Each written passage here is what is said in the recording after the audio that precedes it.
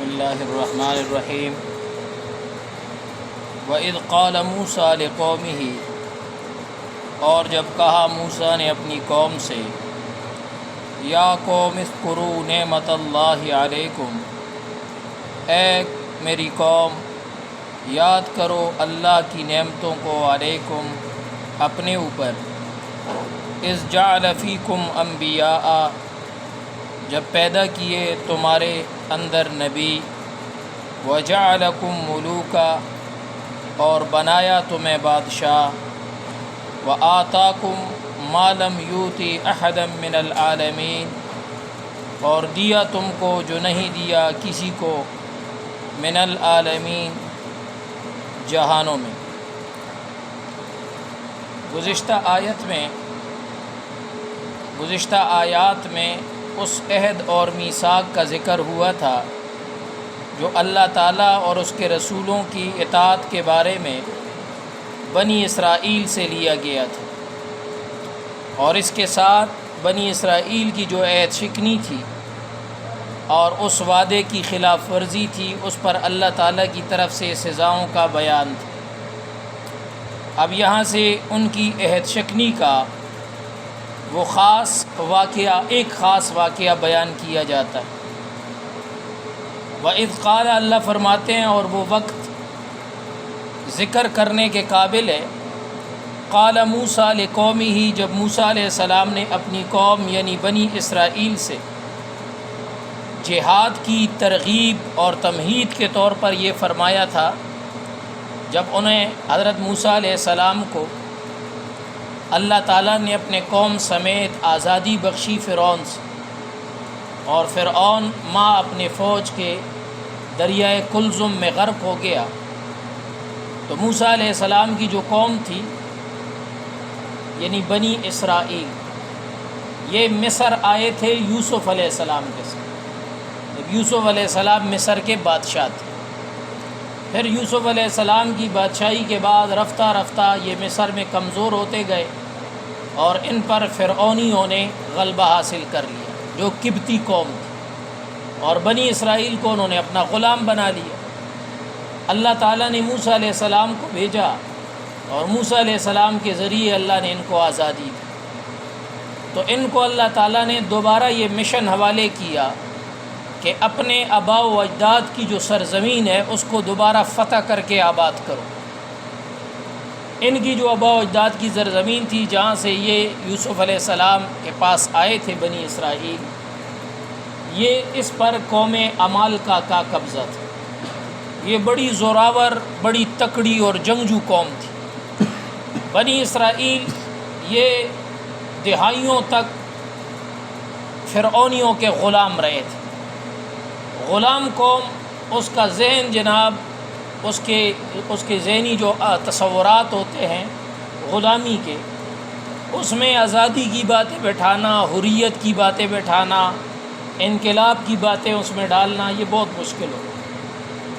موسیٰ علیہ السلام نے ان کو آمادہ کیا کہ آپ اللہ تعالیٰ کی نعمتیں اپنے اوپر یاد کرو۔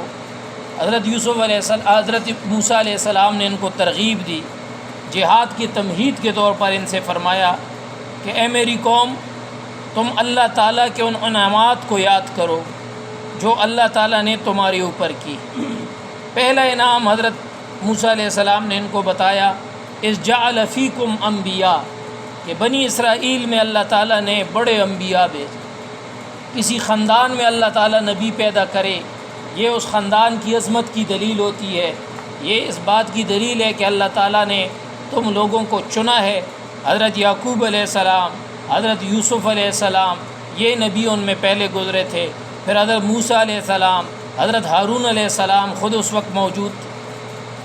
کسی بھی قوم میں پیغمبروں کا ہونا، یہ ان کا دنیاوی اعتبار سے بھی شرف ہوتا ہے، دنیا کے لوگ ان کی عزت کرتے ہیں، اور دینی شرف بھی ہوتا ہے، تو یہ ایک معنوی نعمت تھی۔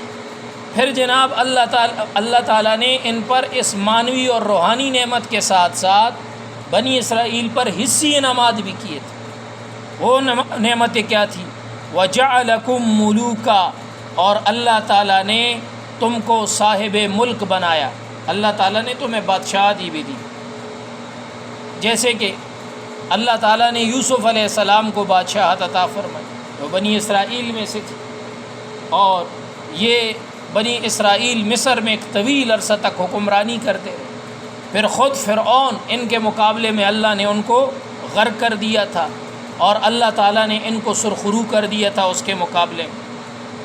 وَآتَاكُمْ مَا لَمْ يُؤْتِ أَحَدًا مِّنَ الْعَالَمِينَ، تیسرا انعام حضرت موسیٰ علیہ السلام نے یہ جتلایا کہ تم کو بعض چیزیں تو اللہ نے وہ دیں جو دنیا والوں میں سے اللہ نے کسی کو نہیں دی، اور وہ کیا ہے؟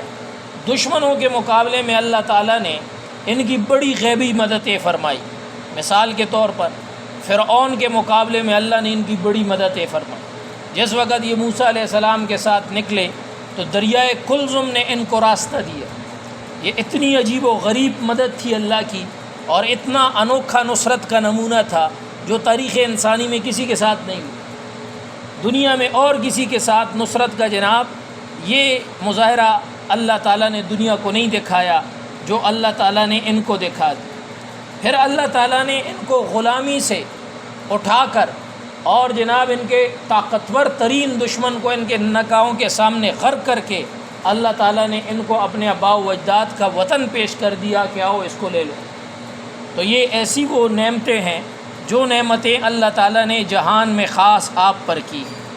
تو یہ نعمتیں حضرت موسیٰ علیہ السلام نے ان کو یاد دلائیں کہ بھائی تم پر اللہ نے اتنی نعمتیں دی ہیں، تو اب جو اللہ نے تمہاری اوپر ذمہ داری ڈالی ہے، ان نعمتوں کا تقاضا یہ ہے کہ تم اس ذمہ داری کو پورا کرو۔ اور وہ ذمہ داری کیا ہے کہ اپنے ملک اور اپنے وطن کو آزاد کرو، اپنے آباء و اجداد کے اس وطن کے لیے جہاد کرو، لڑو، اور اس سرزمین کو دشمن سے لے لو۔ تو اللہ تعالیٰ جس قوم پر انعامات کرتے ہیں، انعامات تو ہم پہ صبح و شام جاری ہیں، لیکن اللہ نے ہمارے اوپر بھی بڑی خاص انعامات اللہ تعالیٰ نے کیے۔ اللہ تعالیٰ ایک آزاد جو ہے دشمن کو تباہ و برباد کر دے، اللہ تعالیٰ آزادی نصیب فرما دے، تو جو قومیں اس آزادی کی قدر کرتی، اللہ تعالیٰ اپنے اس آزادی کا جو ہدف ہے اس ہدف کی طرف بڑھتی ہے، تو اللہ تعالیٰ ان قوموں کو دنیا پر غالب کر دیتے۔ لیکن جو قومیں اپنی آزادی کی قدر نہیں کرتی اور آزادی کا جو ہدف ہوتا ہے اس کی طرف نہیں بڑھتی، تو اللہ تعالیٰ ان کو رسوا اور ذلیل کر دیتا۔ بنی اسرائیل کو اللہ تعالیٰ نے آزاد کر دیا فرعون سے، اور آزادی کا ہدف ان کو دیا کہ جاؤ اپنا وطن لے لو، اب اپنے وطن کے لیے جہاد کرو، اس لیے تمہیں آزاد کیا گیا۔ لیکن انہوں نے آزادی کی قدر نہیں کی، یہ اسی غلامانہ ذہن کے ساتھ حضرت موسیٰ علیہ السلام کے سامنے طویلیں کرتے رہے اور اپنے ہدف کی طرف نہیں بڑھے، جس کی وجہ سے اللہ نے 40 سال تک ان کو وادی تیہ میں گرفتار کر لیا، اور وادی تیہ میں گم ہو گئے، اور اسی ذلت اور رسوائی کی زندگی گزارنے پر مجبور ہو۔ تو ہمیں اللہ تعالیٰ نے آزادی دی انگریز سے اور ہندو سے، اور ہم نے آزادی کیوں لی؟ اس بنیاد پر لی تھی کہ پاکستان کا مطلب کیا؟ لا الہ الا اللہ، کہ ہم اس سرزمین پر لا الہ الا اللہ کے نظام کے لیے انگریز کو نکالنا چاہتے ہیں، ہندو کو نکالنا چاہتے ہیں۔ اب ہم اپنے گریبان میں سر ڈال کے سوچیں کہ کیا آزادی ملنے کے بعد ہم نے بنی اسرائیل کی طرح ہاتھ پہ ہاتھ رکھ کر بیٹھ گئے، یا آزادی کی جو منزل تھی وہ حاصل کی؟ اگر آزادی کی منزل حاصل کرنے کی طرف ہم بڑے ہوتے تو آج ہم دنیا کے حکمران ہوتے، دنیا پہ غالب ہوتے۔ لیکن ہم نے بنی اسرائیلیوں کی طرح ہاتھ پہ ہاتھ رکھ کر اور اسی ذلت والی اور رسوائی والی غلامانہ زندگی پر قناعت کر کے اسی انگریز کے ہم جناب چلے جانے کے بعد بھی غلام رہے۔